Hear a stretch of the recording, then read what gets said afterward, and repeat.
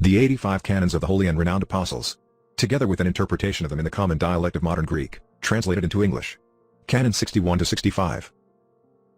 Canon C. If a charge of fornication, or of adultery, or of any other forbidden act be brought against a faithful one, and be proved, let him not be promoted to the clergy. C. Via the second, cc. Lix, X5 of Carthage. Interpretation. If any man be caught in fornication, or adultery, or any other such impropriety, not only when he is a clergyman and in holy orders, according to c. 25 of the Apostles, but even when he is a layman, he is prevented from becoming, not only a priest, but even a mere clergyman, that is to say, even an anagnost or a salt or a janitor, or anything at all in the way of minor offices of the church, as the present canon ordains, by saying, if anyone should bring a charge against any Christian on the alleged ground that he has committed fornication or adultery or any other sinful act forbidden by the sacred canons, if it be proved beyond a doubt that such Christian really committed the sinful act with which he is charged, let him not be promoted to a clerical office, i.e., let him not be ordained a clergyman of the church. However, the persons of the accusers and of the gainsayers ought to be examined first, to make sure they are not slaves or persons that have been emancipated from slavery, and that they are not forbidden by civil laws to bring charges, according to c. X5 of Carthage, which says, provided they are not themselves accused by others. For none of these men are allowed to bring charges against any person whatsoever, unless they first prove themselves innocent of those crimes of which they have been accused. Both according to Armenopoulos, Book 1, Title 2, and according to c. Via the second Ecum. c. If, however, the accusers are free from the above impediments and prove the charge to be true which they brought against the candidate in question, the latter cannot become a clergyman. But if, on the other hand, they are unable to prove the charge within 3 months, they themselves are to be excommunicated forever from the communion of the intemerate mysteries by the prelate who is about to ordain the clergyman, on the ground that they are slanderers and calumniators. While the one slandered and calumniously misrepresented is to be ordained a clergyman as having shown himself to be clear and not guilty of the charge, as is enjoined in the first ordinance of the first title of the novels, Photius, Title I, ch. 8. For this reason the same novel prescribes that ordinations, that is to say, the votes of bishops and clergymen, must be given in front of all the laity of the church, so that anyone who wishes to speak may have permission and the opportunity to do so. Hence in conformity therewith c. Lix of Carthage says the same thing, prescribing that if, when the votes are taken and the elections are held of prelates, any objection be raised by anyone in the way of an accusation of crimes, the objectors are to be examined. And after the candidate appears to be clear before the eyes of all the laity of the charge that have been brought against him, then he is to be ordained a bishop. But it is plain that this which the council says with reference to a bishop, is to be understood as applying also to clergymen. Concerning the latter see the footnotes to App. C2 and CC. V and 13 of Laodicea, and App. C30. Canon 62. If any clergyman, for fear of any human being, whether the latter be a Jew or a Greek or a heretic, should deny the name of Christ, let him be cast out and rejected. Or if he deny the name of clergyman, let him be deposed, and if he repent, let him be accepted as a layman. C. X of the first, cc. 1, 2, 3, 12 of Ankara, of Peter the Archbishop X, 14, letter of Athanasius to Ruff, C45 of Basil, C2 of Theophilus. Interpretation. The present canon commands that if any clergyman, out of fear of human punishment, at the hands, that is to say, of Jews, or of Greeks, or of heretics, should deny the name of Christ, let him be deposed, after he has repented, from his clerical office, but also let him additionally be cast out of the church and excluded therefrom, and let him stand in the class of penitents. But if on account of fear of any human being he should disavow the name of his clerical office, which is the same as saying if he should deny that he is such or such a clergyman, or an anagnost, that is to say, or a salt, or anything else, let him be deposed only from his clerical office. For it be but just that he should be deprived of that which he has denied and disowned. But after such a one has repented, let him be allowed to accept communion along with the faithful as a layman, or, in other words, let him be allowed to join in prayer with the faithful. Concord. Canons 1 and 2 of Ankara ordains that those presbyters and deacons who have truly sacrificed and denied on account of tortures inflicted by persecutors, but afterwards, having vanquished the enemy, have confessed their faith, are commanded to have the honor of sitting along with presbyters in high seats, but are not to offer sacrifice or to teach or to perform any sacerdotal office. Likewise c. X of Peter the Archbishop deprives those of the ministry who have voluntarily and of their own accord rushed to martyrdom, but after denying, have later again gained the victory and have confessed the faith.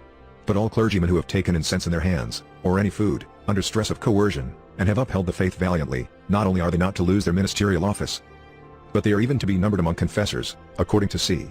14 of Peter. Not only are those who have denied after being admitted to holy order to be deposed from office, but also those who had formerly denied but had afterwards been ordained and have been discovered are to be deposed from office. Also cc. X of the first. Canon 63. If any bishop, or presbyter, or deacon, or anyone else on the sacerdotal list at all, eat meat in the blood of its soul, or that has been killed by a wild beast, or that has died a natural death, let him be deposed. For the law has forbidden this. But if any layman do the same, let him be excommunicated.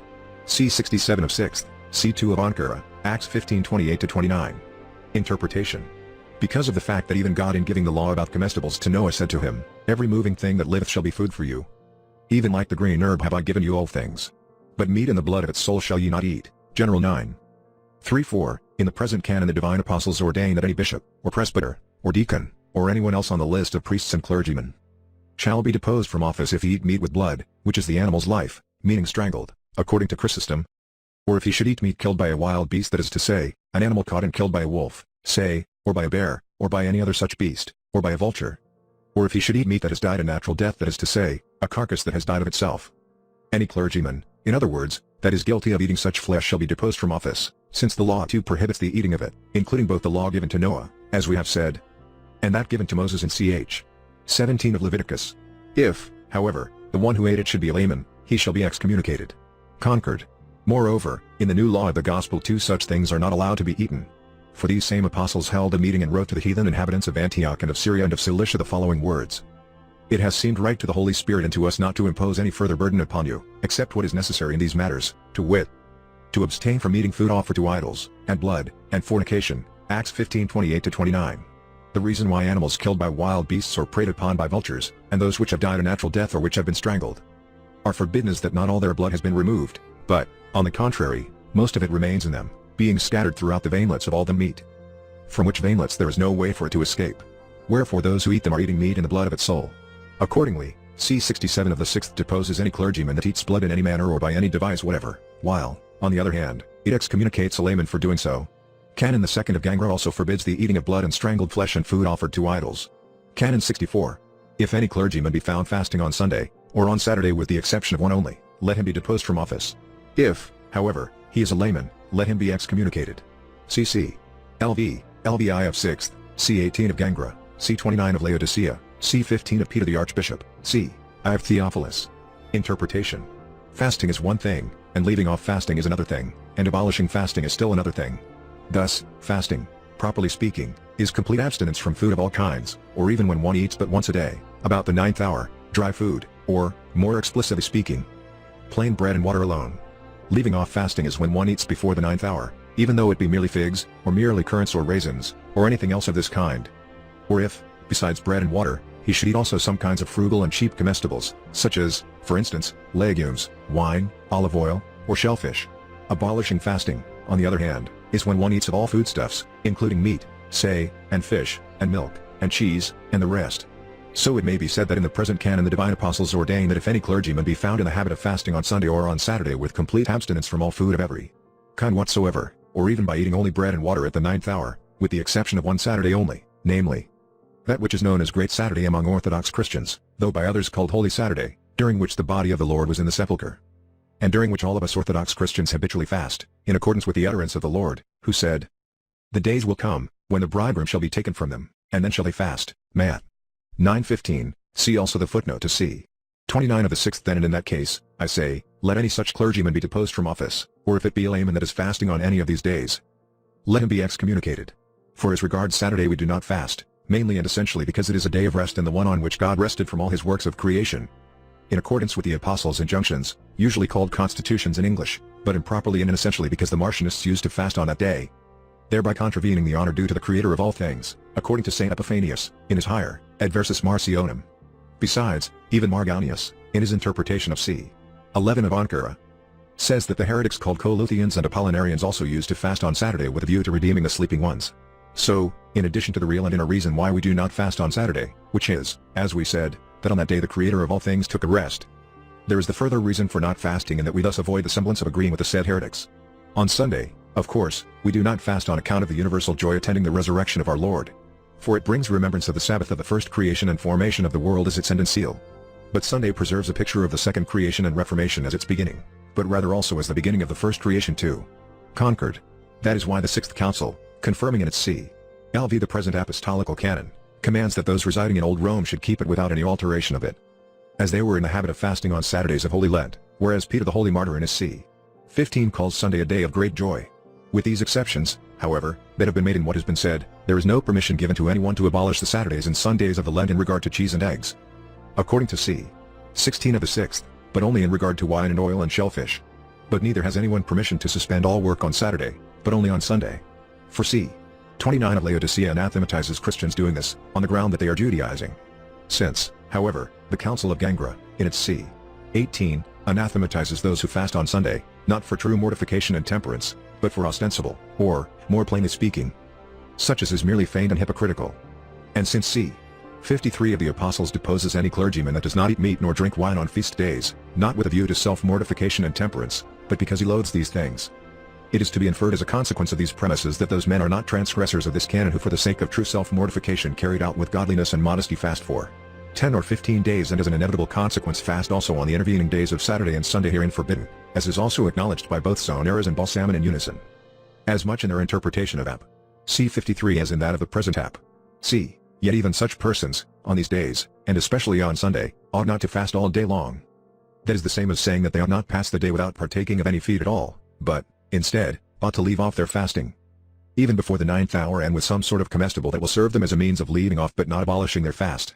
In such a fashion, for example, c. I of Theophilus, with a view to avoiding the heresies of those who did not honor Sunday as the Lord's day, provided a way to leave off fasting on this day by merely partaking of dates, with remarkable science and discernment.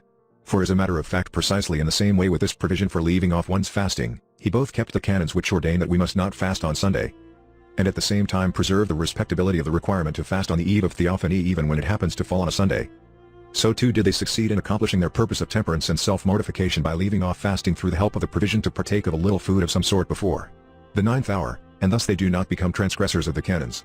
Divine Saint Jerome also confirms the permissibility of fasting on Saturday for the sake of true temperance and self-mortification.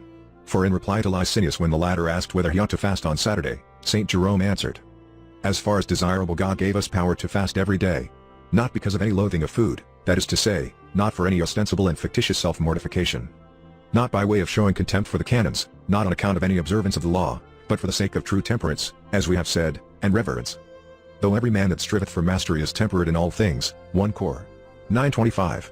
Canon 65. If any clergyman, or layman, enter a synagogue of Jews, or of heretics, to pray, let him be both deposed and excommunicated. Ap. cc. 7, 45, 71, c. 11 of the 6th, c. I of Antioch, cc. Vi. 32, 33, 37, 38 of Laodicea. Interpretation. The present canon reckons it a great sin for a Christian to enter a synagogue of Jews or of heretics in order to pray. For what portion hath the believer with an infidel? 2 Cor. 6:15, according to the divine apostle. For if the Jews themselves are violating the law by going into their synagogues and offering sacrifices, in view of the fact that the offering of sacrifices anywhere outside of Jerusalem is forbidden, according to the law, as is attested by divine Saint Justin in his dialogue with Tryphon, and by Sizomanus in his Ecclesiastical History, Book 5, ch. 21, and by Saint Chrysostom in his second discourse against the Jews, how much more is not that Christian violating the law who prays along with the crucifiers of Christ? Moreover, it is also to be emphasized that any church of heretics, or any religious meeting of theirs, ought not to be honored or attended, but rather ought to be despised and rejected, on the ground that they believe things contrary to the beliefs of Orthodox Christians. Hence it is that the present canon ordains that if any clergyman or layman enters the synagogue of the Jews or that of heretics for the sake of prayer, the clergyman shall be deposed from office and at the same time be excommunicated on the ground that he has committed a great sin, but as for the layman he is to be excommunicated only, since, inasmuch as he is a layman, he has sinned to a less degree than has the clergyman, in so doing, and because as a layman he is not liable to deposition and cannot therefore be deposed. Or, to speak more correctly, as others interpret the matter, the clergyman that enters a synagogue of Jews or heretics to pray shall be deposed from office, while any layman that does the same thing shall be excommunicated. Read also the interpretation of Ap. C. 7 and that of Ap. C. 45.